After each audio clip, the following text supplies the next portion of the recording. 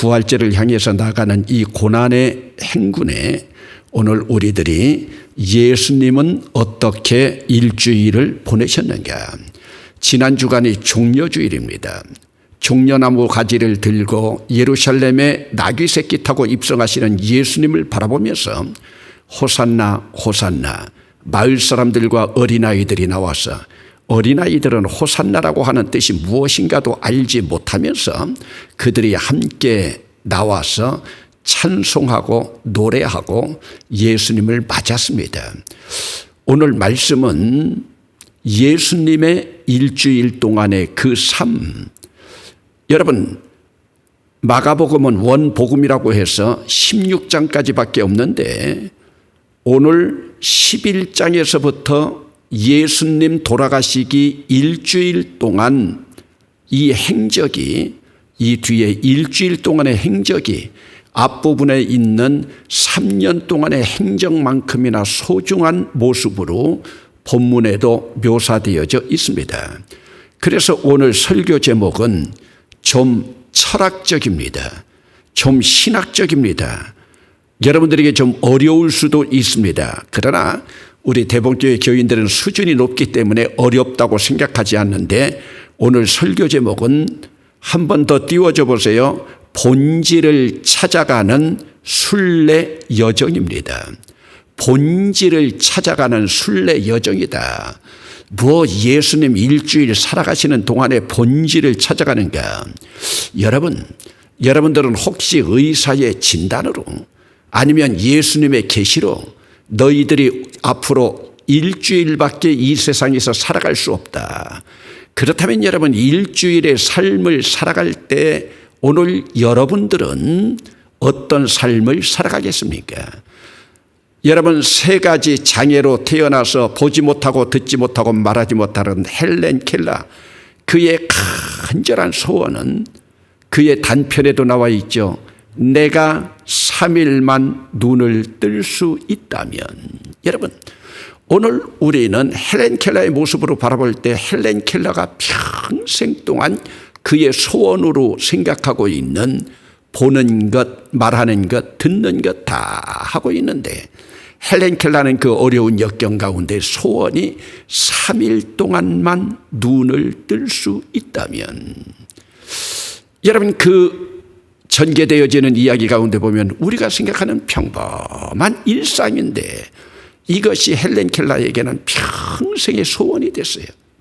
그러면 여러분 오늘 우리 인간 실존의 마지막 죽음이라고 하는 것을 눈앞에 두고 예수님처럼 마지막 일주일을 여러분들이 살아간다고 할 때 여러분들은 어떤 삶의 모습이나 아니면 여러분들이 가장 사랑하는 자녀들이나 가족들에게 어떤 말, 어떤 행적, 어떤 발자취를 여러분들은 남겨줄 수가 있겠습니까? 오늘 성경 본문 가운데 보면은 예수님도 엄밀한 의미에서 예수님의 본질을 찾아가는 것입니다. 그런데 이 본질은 예수님의 본질이 아니고 교회의 머리 되신 그리스도께서 교회의 본질을 향해서 메시지로 말씀하고 있는데 사실은 일주일 동안 예수님의 죽음의 여정의 그 모든 본질 핵심이 한 가지입니다. 한 가지를 향해서 나아가고 있습니다. 그러면 그것이 과연 무엇이겠습니까? 여러분 예수님은 마지막 때에 예루살렘으로 제일 먼저 일주일 출발하면서 입성을 합니다.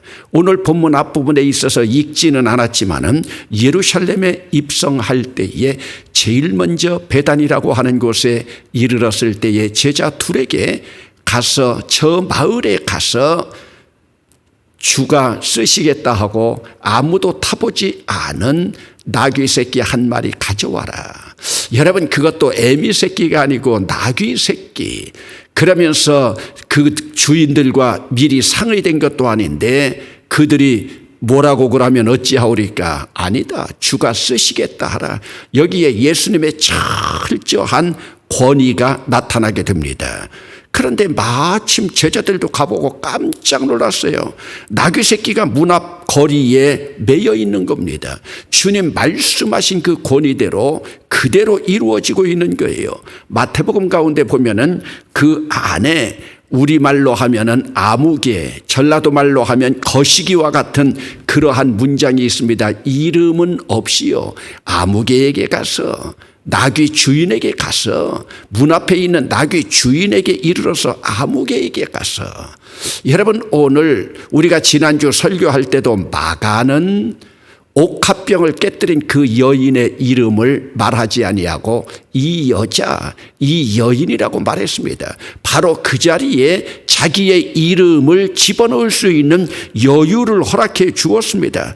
오늘 우리는 내가 나귀 새끼 한 마리 있을 때 주께서 쓰시겠다 한다고 할 때 오늘 우리는 흥정하지 않고 주님 앞에 다 내어줄 수가 있는가?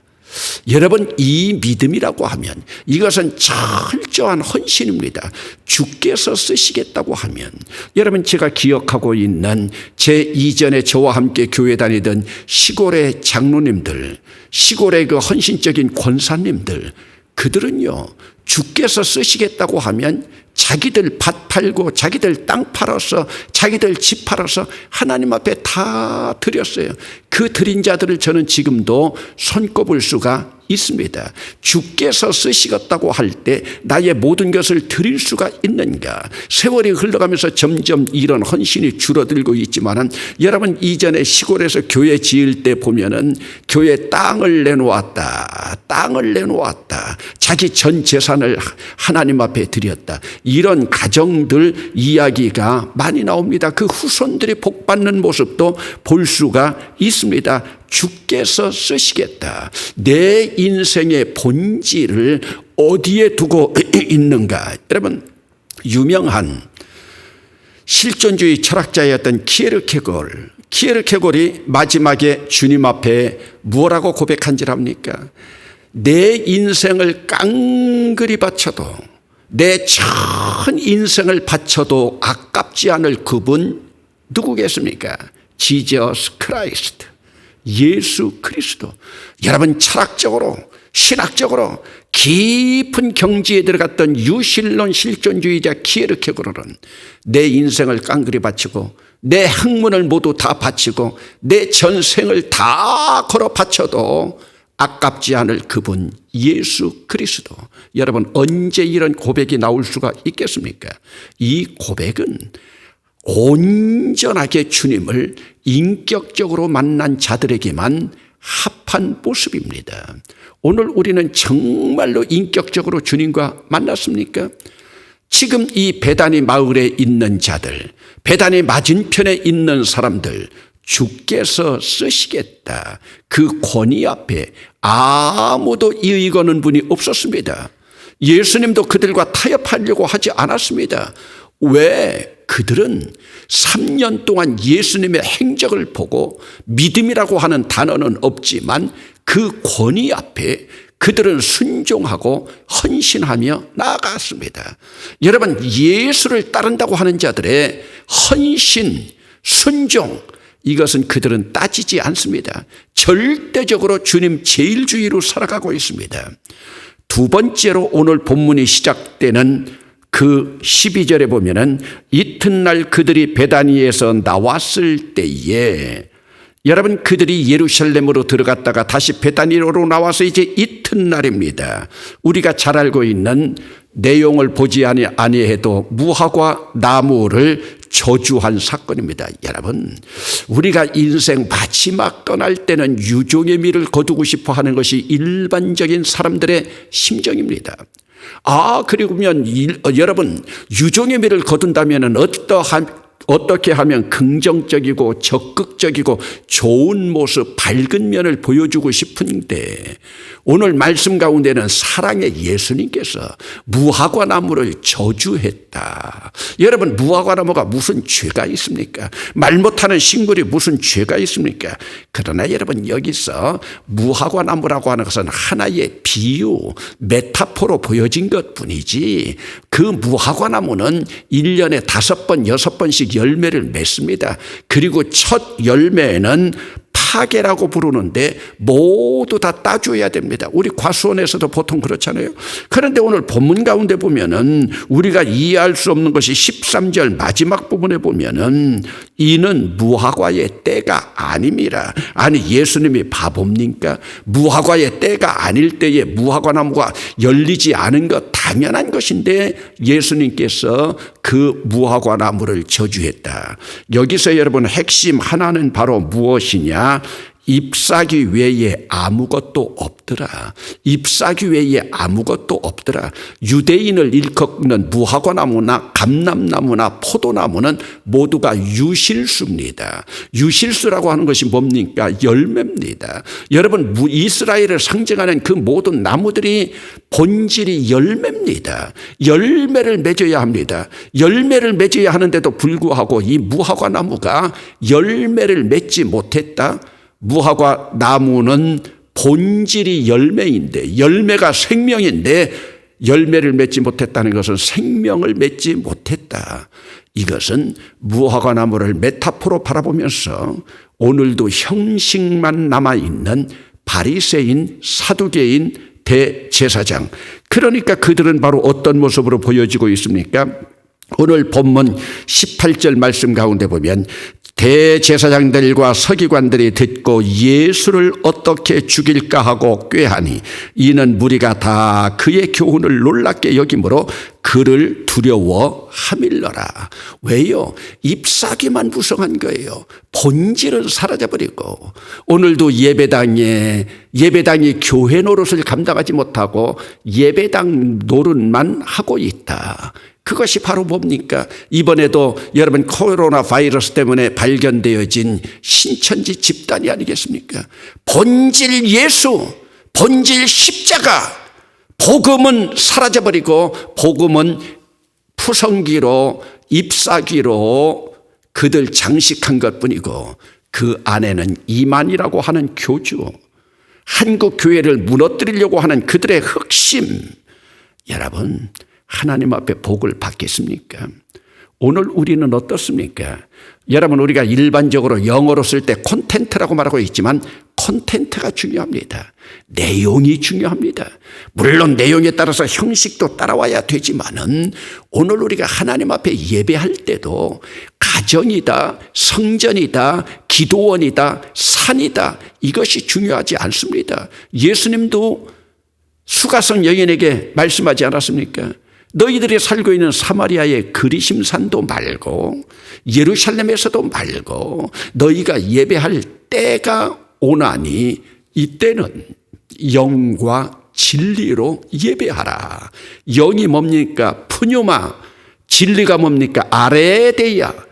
요한복음 4장 24절에 나오는 예배에 대한 주님의 뜻입니다. 오늘 우리도 장소가 중요한 것이 아니라 여기에 하나님의 영이 있느냐, 아레데야 진리로 주님 앞에 예배하고 있느냐. 여러분 오늘 이 말씀 가운데 보면은 무화과 나무는 잎사귀만 풍성하더라. 여러분 한국교회가 100여 년을 지나기 시작하면서 알맹이는 점점 더 사라져버리고 형식만 잎사귀만 무성하게 되었습니다.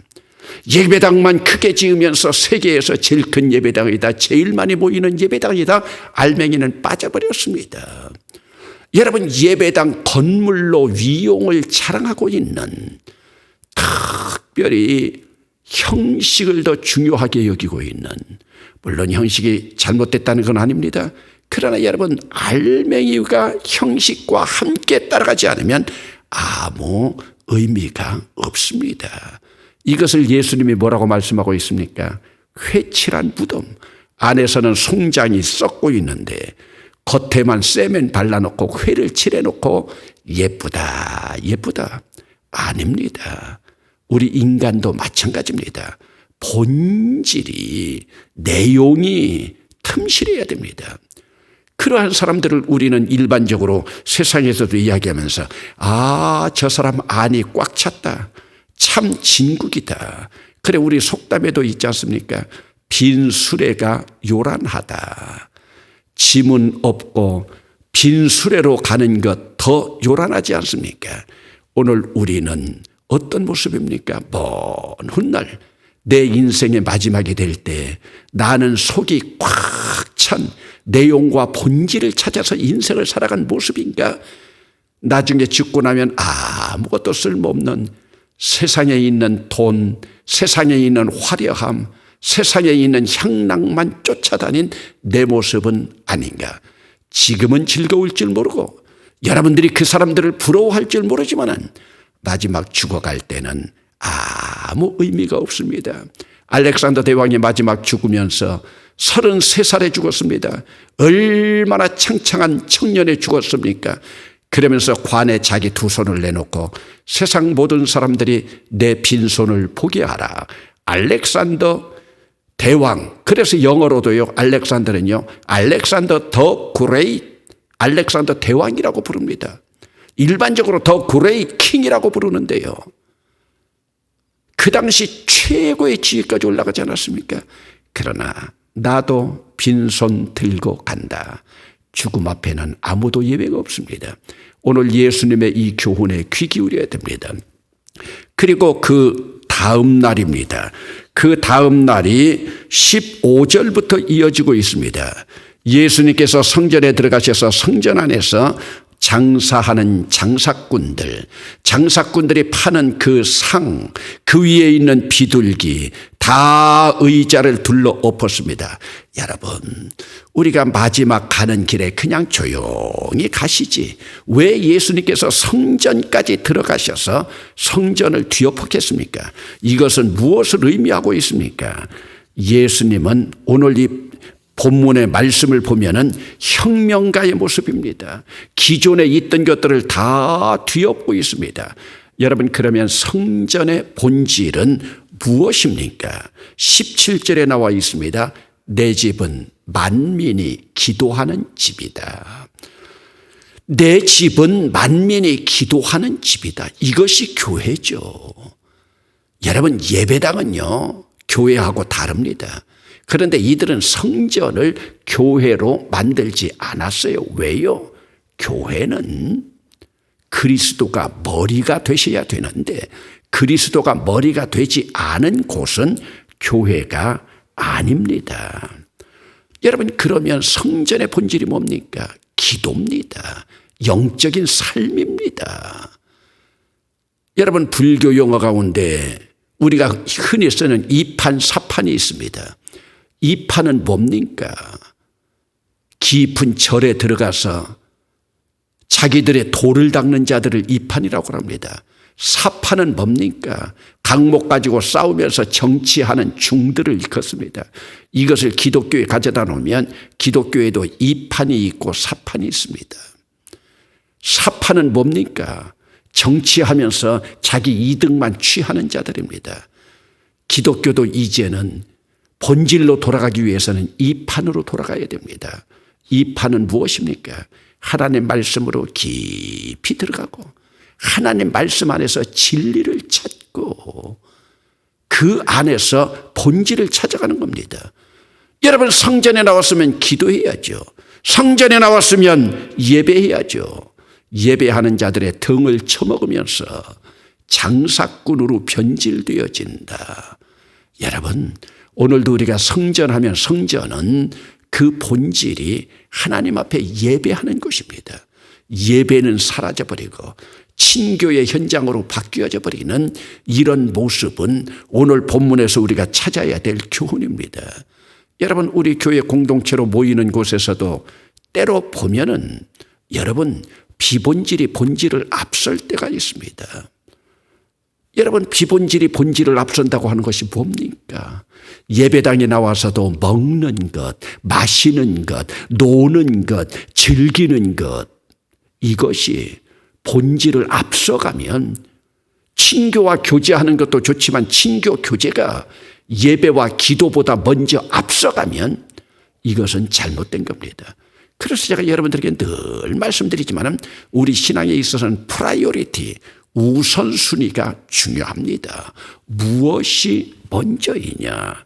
여러분, 오늘 이 말씀 가운데서는 성전 정화 사건 가운데서는 영적으로 돌아가라. 영과 진리로 돌아가라.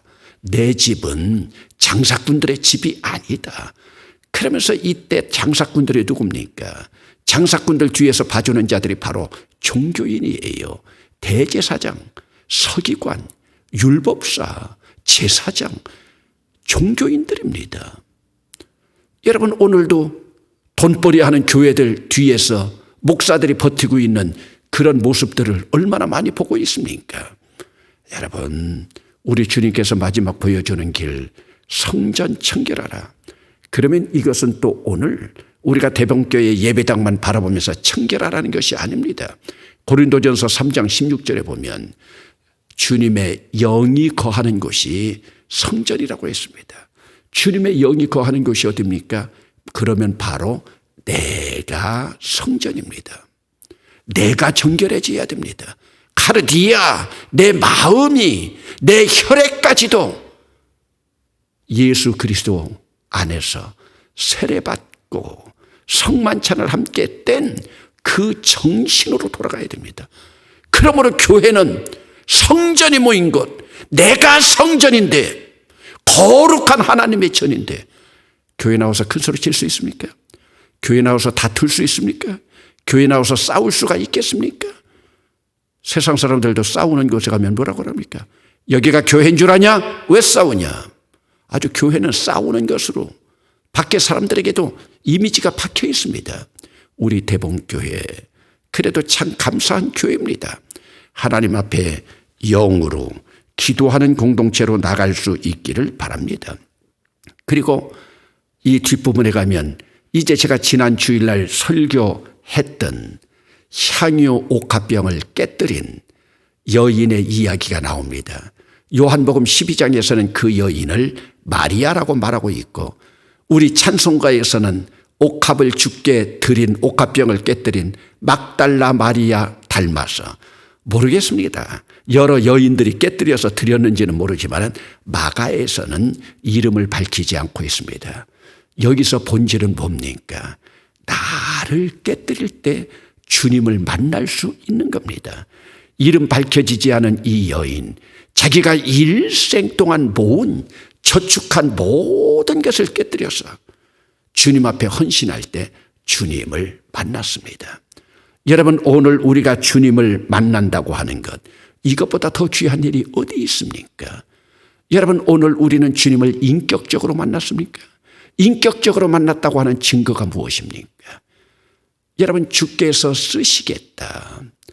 여러분, 기독교의 본질을 찾아가면은요, 오늘 세상적인 것들과 세속주의와 타협되어 가지고 기독교 하면은 제일 먼저 성탄절을 생각하지만 기독교의 본질은 한번 따라 합시다. 오랜만에 하는 말입니다.